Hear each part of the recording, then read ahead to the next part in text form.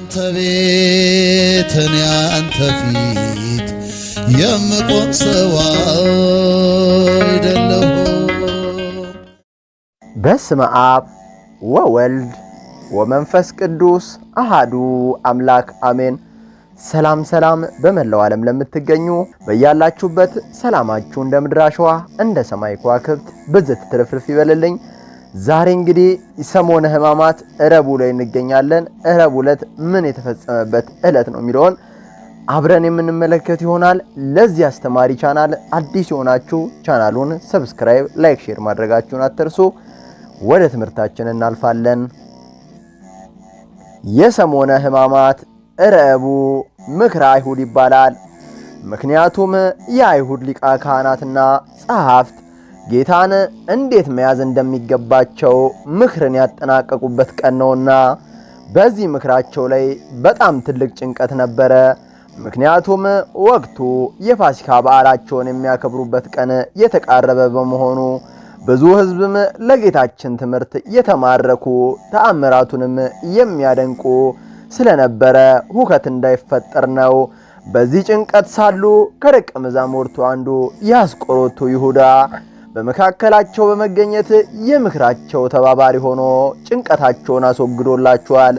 የማቴዎስ ወንጌል ምዕራፍ 26 ከቁጥር 1 እስከ 14፣ ማርቆስ ወንጌል ምዕራፍ 14 ከቁጥር 1 እስከ 2፣ ሉቃስ ወንጌል ምዕራፍ 22 ከቁጥር 1 እስከ 6 ላይ ተቀምጦ ታገኙታላችሁ።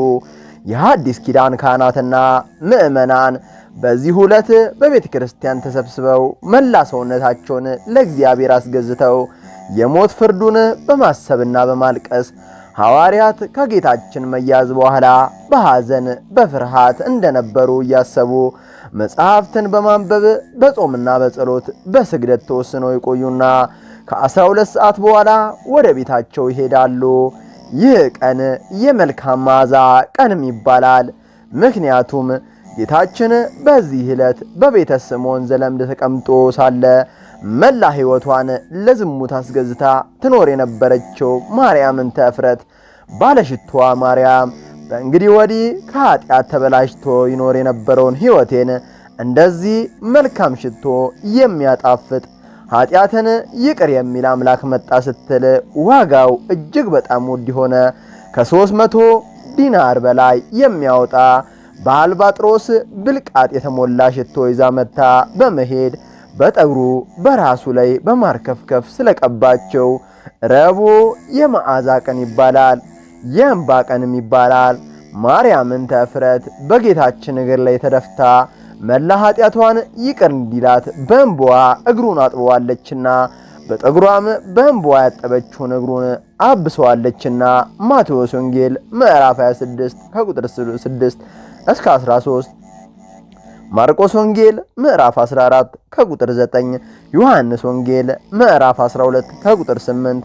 ኃጢአትን በማሰብ ማልቀስና ራስን የተወደደ መስዋዕት አድርጎ ለእግዚአብሔር ማቅረብን ከምታስተምረን ማርያምን ተፍረት ባለሽቷ ማርያም እንባን ለንስሐ ሕይወት ልንጠቀምበት ይገባል።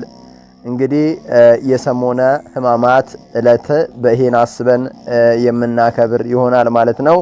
ጌታችን መድኃኒታችን ኢየሱስ ክርስቶስ ያለምንም በደሉ ያለምንም ኃጢአቱ ለሰው ልጆች ቅዱስ ሥጋውን ክቡር ደሙን አፍስሶ መጥቶ ሊያድነን ባለ እኛ ሰዎች ግን የከፈልነው ይህን አይደለም። ስለሆነም አይሁዳውያን የመከሩበት ምክር ቀን ነው። ተሰባስበው በአንድነት በመሆን እንዴት ብናደርግ ይሻላል፣ እንዴትስ ልንይዘው እንችላለን፣ እንዴትስ ለሞት አሳልፈን ልንሰጠው እንችላለን ብለው ታላቅ ምክርን የመከሩበት ቀን ነው። ወቅቱ ግን የፋሲካ በመሆኑ ሕዝቡም በጌታችንና በመድኃኒታችን በኢየሱስ ክርስቶስ ትምህርት እጅግ በጣም ደስ በመሰኙቱ በሚያደርጋቸው ድንቅ ተአምራት ሽባውን በመፈወሱ ዕውርን በማብራቱ እንዲሁም ዲዳው እንዲናገር በማድረጉ የተለያዩ ድንቅ ተአምራት በማድረጉ የተነሳ ሕዝቡ በጌታችንና በመድኃኒታችን በኢየሱስ ክርስቶስ ትምህርትም ሆነ ተአምራት እጅግ በማመኑ የተነሳ ጨንቋቸው ነበረ። ምክንያቱም በዛ ፋሲካ ወቅት የባላቸው ቀን ነውና ሕዝብ የሚበዛበት ወደዚህ ወደዛ የሚመላለስበት ወቅት ነውና ጌታችን መድኃኒታችን ኢየሱስ ክርስቶስ ቢይዙት ኖሮ ህዝቡ አመጽ ይፈጥራል ማለት ነው። በዚህ ምክንያት ተጨንቀው እንዴት ብናደርግ ይሻለናል፣ ህዝቡ ሳያምጽብን እንዴት ጌታችንን አምላካችን ሚሉትን እንዴት ልንይዘው እንችላለን ብለው ምክርን የመከሩበት ወቅት ነው። ምክሩን ግን ቀለል ያደርግላቸውና ጭንቀታቸውን ትንሽ ገፈፍ ያደረገላቸው ከደቀ መዛሙርቱ አንዱ የሆነው የአስቆሮቱ ይሁዳ የነሱ ጭንቀታቸውን በጥቂትም ቢሆን ገሸሽ አድርጎላቸዋል ማለት ነው። ይህንንም እንዴት ነው ያደረገው? ጌታችንና መድኃኒታችን ኢየሱስ ክርስቶስ ከእግሩ ስር ቁጭ ብሎ የበላ፣ ከእግሩ ስር ቁጭ ብሎ የጠጣ፣ ከእግሩ ስር ቁጭ ብሎ የተማረ፣ ብዙ ድንቅ ታምራት ሲደረጉ የተመለከተ የአስቆሮቱ ይሁዳ ጌታችንና መድኃኒታችን ኢየሱስ ክርስቶስ በ30 ዲናር አሳልፎ ሸጦታል ማለት ነው። ይህ ነው ጭንቀታቸውን ቀለል ያደረገላቸው።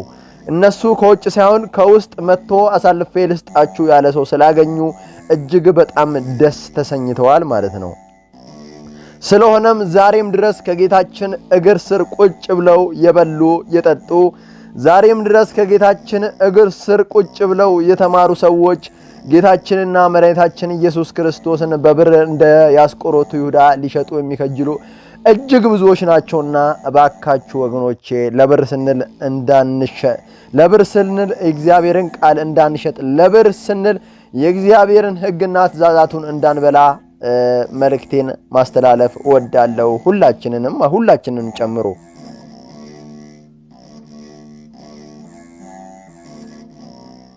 ስለሆነም አይሁዳውያን ክፉ ምክራቸውን በጌታችንና በመድኃኒታችን በኢየሱስ ክርስቶስ ላይ የመከሩበት ዕለት ነው ማለት ነው። ስለዚህም የሰሞነ ሕማማት ረቡዕ ምክረ አይሁድ ሊባል ተችሏል ማለት ነው።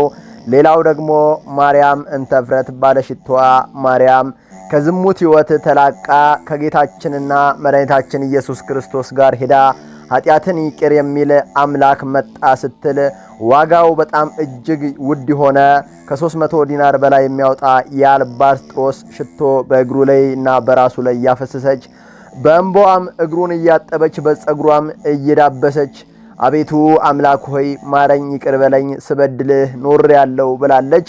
ጌታችንና መድኃኒታችን ኢየሱስ ክርስቶስ በኃጢአትና በዝሙት ሕይወት ተዘፍቃ የነበረችን ሴት ምሬሻለሁ ሂጂ ወደ ቤትሽ ብሎ አሰናብቶታል ማለት ነው። ስለሆነም ሁላችንም ስለ ኃጢአታችን፣ ስለ በደላችን፣ ስለ ክፋታችን ሁሉ በእንባችን እግዚአብሔር አምላካችንን ደጅ ልናርስ ይገባል ማለት ነው። ያን ጊዜ ልጆቼ ምሬያችኋለሁ አይዟችሁ ይለናል ማለት ነው አባት። ስለሆነም የልጆቹን መመለስ የሚሻ አምላካችን እግዚአብሔር ዛሬም ዘወትርም እጆቹን ዘርግቶ ሊቀበለን ዝግጁ ነውና ሁላችንም በእንባ እንድንመለስ መልእክቴ ነው ማለት ነው። ያስተማረንና የገሰጸን የአባቶቻችን አምላክ ልዑለ ባሕሪ እግዚአብሔር የተመሰገነና ከፍ ከፍ ያለ ይሁን። በያላችሁበት በሰላም በቸር በጤና ቆዩልኝ።